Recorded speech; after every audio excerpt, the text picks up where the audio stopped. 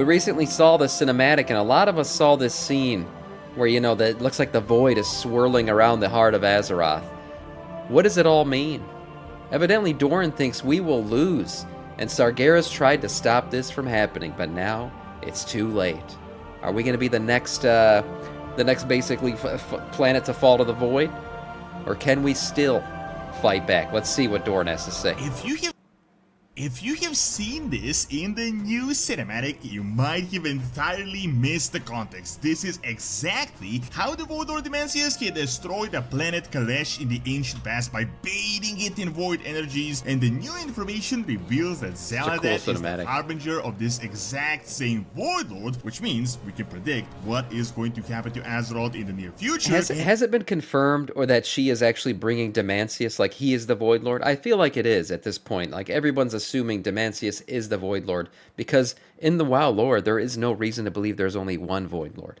That's why I'm asking. But he's the one who basically destroyed the ethereal world, so everyone, I guess, seems to believe that she is also going to bring about the end of our world. And the ethereals in general seem to know of Xal'atath. So it probably is the same thing.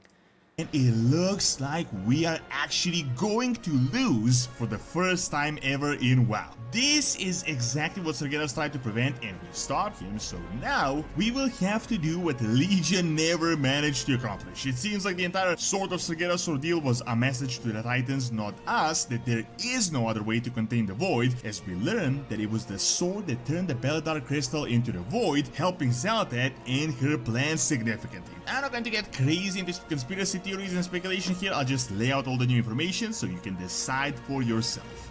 So you want to start programming, but you find it completely overwhelming? Well, boot.dev is the perfect solution. It is like an RPG game where you can actually learn hard skills that you can turn into an actual career. It is designed to get you writing a ton of code right now into Get off your degenerate asses and go learn how to code, like guys. You will learn Technically, still be sitting from start to finish in Python and Go programming languages. You got XP levels, achievements, quests, and a leaderboard. Additionally, there is even an active Discord community so they can help you solve all the issues if you get stuck. Now, they understand that not everyone can pay right now, so all the content is actually free to watch and read. In guest mode, you only unlock the interactivity with the paid subscription. However, they're so confident you will love it that they're offering a 30-day no questions asked refund policy. So click the link in the description and use my code DoransMovies and you will get 25% off your first subscription. That's the first month, Today's the last day. Subscription you choose. Check out boot.dev. There he goes. Check it out. 25% so let's just get off. straight into the info, as there is so much to cover here, but at this point we essentially know what Xal'atath is. We haven't seen her through form, but we have a ton of information I'm going to lay out so you can decide for yourself. By pretty much all the accounts we've gotten so far, she is essentially what appears to be the Silver Surfer of Warcraft, a weapon of the Void. He took that from me. There's no way. By the way, Doran does follow me. I'm just saying. He knows about my videos and my reacts to his own videos. He's complimenting me on it before. Just saying. And I have called her the Silver Surfer many times. She is the bringer of the Ender of Worlds, basically. The world devourer, right? She's the one who prepares the world to be devoured by... She's a harbinger. That's what a freaking harbinger is. They're a preparer, a bringer of things to come. So, yeah, her bringing about... I've said this many times. It reminds me very much of the Silver Surfer. Nice one, Doran. Good job, man. I'm glad you like that analogy. Planets, and it seems like also, he could have thought of it as done this before. Messing. Azeroth is not the first planet she did this to, and she had successfully destroyed at least one. I'm not going to get into a 10-minute rant on what she could possibly be. I'll lay out all the info so you can just decide for yourself based on the available information. Brand new dialogue from the beta from just a few days ago, so I'm talking brand new, confirms that she is not an old god, even though we've actually known this for a while. Illyria says she isn't an old god and that she's a survivor from the depths of time. This confirmation essentially perfectly aligns with everything else we can learn. The other bit of information is a few months old, but is completely relevant and ties in perfectly. We got dialogue from the Ethereals that mentioned that just before the planet Kalesh was destroyed, it started giving the same radiant song that Azeroth is giving right now, but it was too late for them to understand. Then we got the Void guy, Locust Walker, that is essentially an Ethereal as well, says that he knows that, but he doesn't this is why she is. However, those lines from the Locust Walker about how he knows. Remember, he goes Xal'atath, Harbinger. That's what she calls herself now. Like he dropped that line, which means he knew her before. And that's why I feel like, yeah, okay, Demacia is coming. Like, that's probably what's going to happen, considering that all the ethereals seem to have heard all this and been through this before. We got other hints that confirm this and how Xal'atath is really connected to everything. So, we got this orc hermit guy right next to the Sword of Sargeras that is now obviously the focal point of the entire saga, with updated dialogue from Dragonflight, and he gives us some information about Sargeras, the Titans, and most importantly, Xal'atath. We get this weapon called Void Song, and we were told that it was given to Xal'atath the Harbinger at the height of the Black Empire on Azeroth, so that she can fulfill her purpose that was not revealed. I do hope, by the way, that we get to see this empire again. Like, actually realized in game like this. Like, look at this shit. The freaking dark pyramids everywhere, the obelisks. I mean, it's so cool. But we never really got to see it. We got our raid, which was kind of like we're seeing an underground version of this. But I would love to see something like this. I hope we get like some kind of vision where we get to actually go to the time when Xal'atath got her weapon and all this stuff, and get basically her origin story, her background through a quest line. Black Empire on Azeroth, so that she can fulfill her purpose that was not revealed at the time. Keep in mind the name of the weapon, Void Song. Very likely something that would cause the Radiant Song that we're all going to get right now, but a Void type Radiant Song. Remember the old god quote, "Her dreams sink beneath the surface. Our dreams..." Oh yeah, Jamal, the ethereals were had their planet destroyed a long time ago. Pre-vanilla. Like, she was in the blade for a long time, but the ethereal planet's been destroyed for many, many years. Our song. Now, why this weapon is relevant is because in the actual description of it, it literally says that this was a gift from Demenas the Void Lord to Xal'atath the Harbinger, which now connects her to him. It confirms that Xal'atath is serving Demenas and that Demenas is the one that is after our planet. We learned in the past that there are multiple Void Lords. What was it? Was that an actual confirmation? Does it say Demenas' name in this quest text? Gift from the... Oh, yeah. Demenas. Yeah, okay. Oh, shit. Yeah, so maybe she is bringing about Demenas. I don't know if that confirms that she's doing it again, but it definitely confirms her relationship to him. Yes, and that Demenas is the one that is after our planet. We learned in the past that there are multiple warlords. Today's my last day. I'm going to Disney. So only tomorrow. One of them could be after us, and it is possible Illyria is working with a different warlord. Not all of them might be bad. Now, why am I talking about Demenas, and how is this really all related to Sargeras or anything? Well, because we have documented evidence, of a warlord destroyed planet, and how he had destroyed planets in the past, and how he works, and it is pretty much the exact same thing that is happening to Azeroth right now. Would you imagine this upcoming Midnight? Yeah, everyone says Midnight is going to be the expansion where we take our big L. Buzzbarn quoting the great, the wonderful, the jailer. Yeah, we cannot survive what is to come. Yeah. Now, don't forget that. I mean, as much as we love to forget Shadowlands lore, the jailer's final words were that a cosmos divided cannot survive what is to come. Now, whether or not he was talking about the void and all that shit, maybe they'll relate it to us at some point.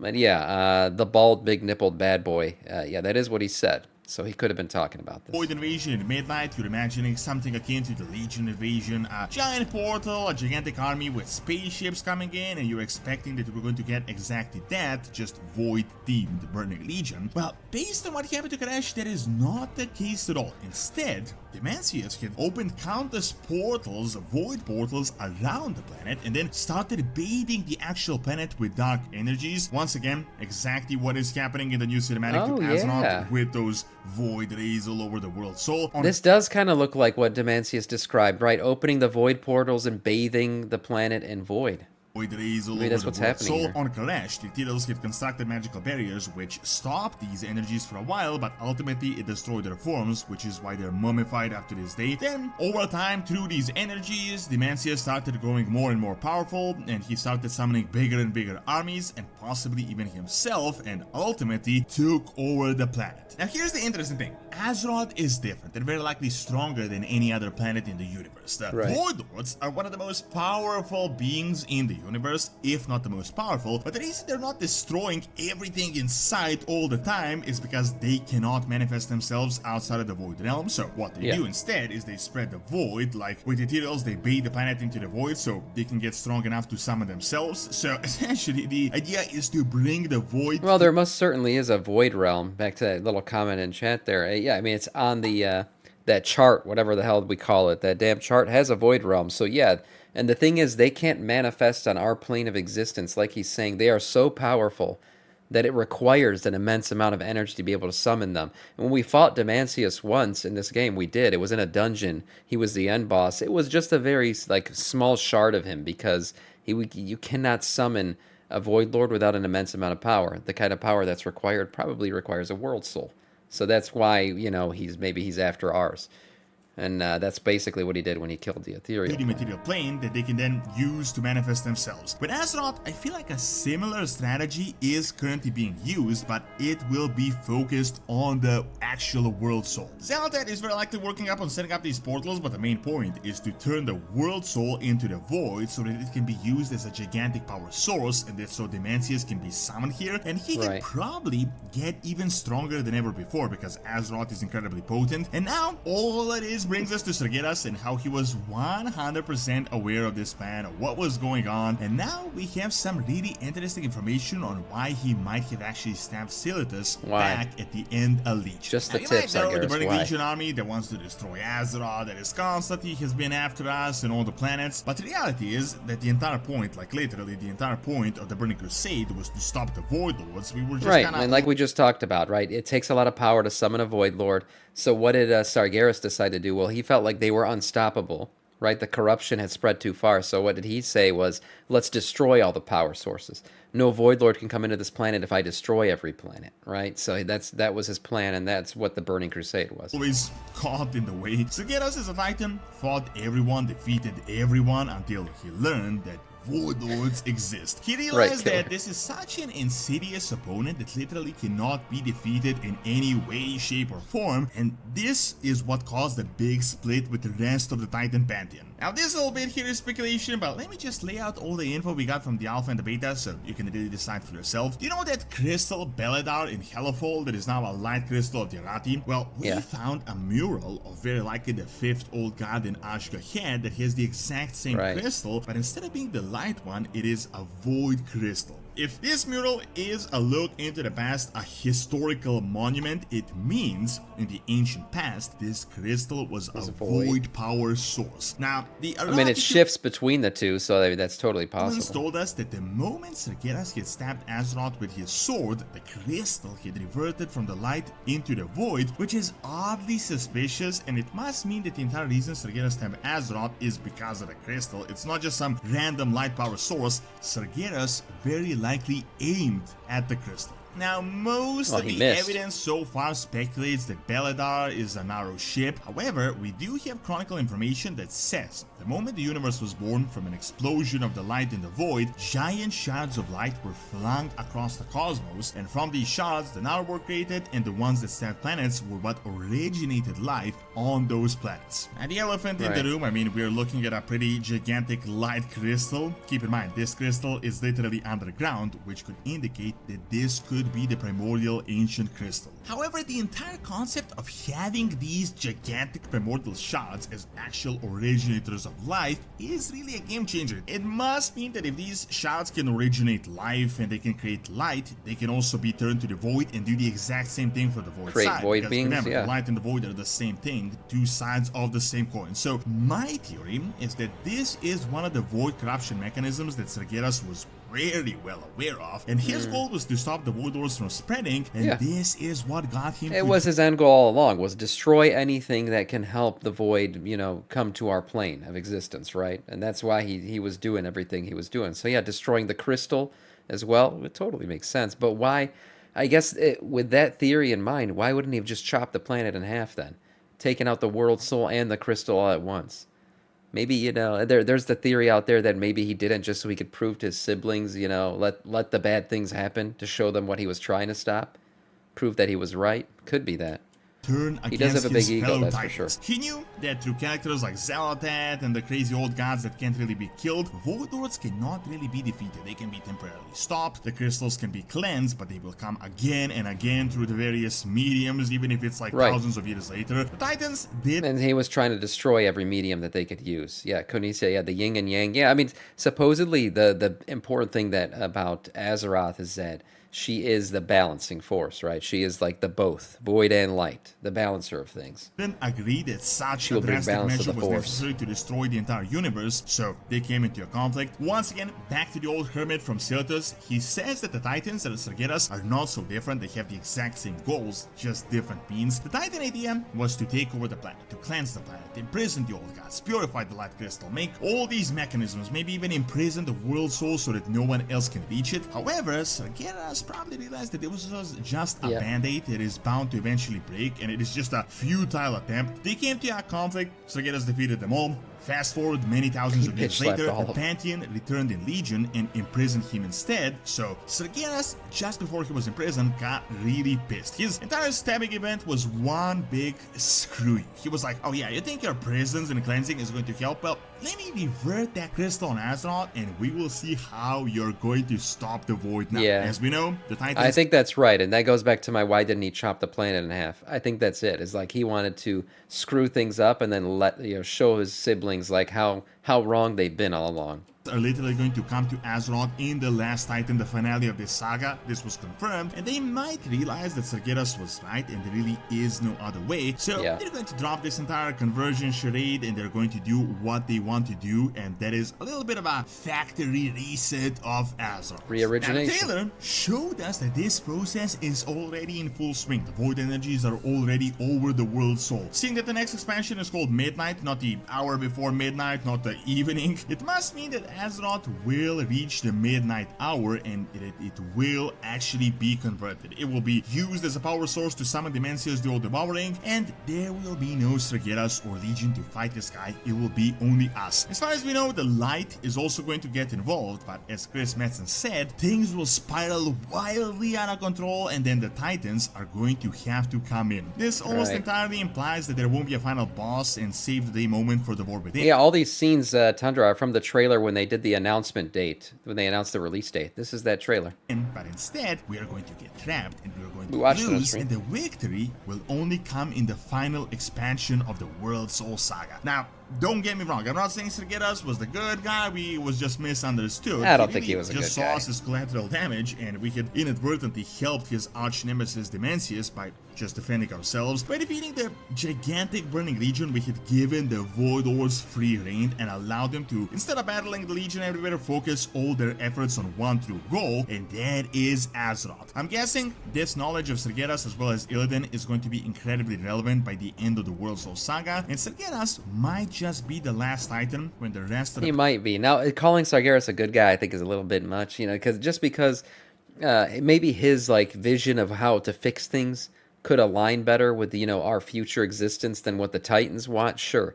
But at the end of the day, they're all just a bunch of selfish beings, I feel like, who are just trying to get whatever means they have to use to get to their ends, they'll use. And if that means killing us or wiping us out, they'll do it. They don't care. So maybe Sargeras' way will help us more in surviving. But a good guy, probably not. Pantheon realizes that they cannot stop maybe he's an the Void anti-hero, Wars maybe. in full swing. Thank you for watching. Check out the upcoming Orgrimmar revamp by clicking on the screen, and check out my video on Roman mythology Sargeras and is a couple good mythos by guy. clicking on the screen as well. See you next time. Like Thanos is a good guy. Yeah, you could say that. Because at the end of the day, Sargeras was trying to stop an inevitable spread, what he saw as an inevitable spread of, like, complete chaos and destruction. That was his goal. Now, to get to his goal, he would be willing to wipe us out in a heartbeat. Right? He didn't care about that. So yeah, I guess like a Thanos, right, where he was willing to wipe out half the world's population to stop, you know, what would be inevitably destruction of all of the world's population. Sure, you could say that. He will get a somewhat of a redemption arc, I think, but to call him a good guy is a bit, you're going a bit far. Yeah, remember Ridicron and in the Mega Dungeon cinematic, the Titans don't care about us. Yeah, exactly. That's very true. And he even hints at the Void doesn't care about us either. When Viranath confronts him and says, you're going to align with the Void, you trust the Void, and he goes, I trust its hunger. Meaning he doesn't trust the Void, he doesn't think that's the best, that they're going to save us or something, but he just thinks it's a means to his end. And we'll deal with the Ridicron, we can't forget about him, he's going to be an end boss too. Great video from Dorn.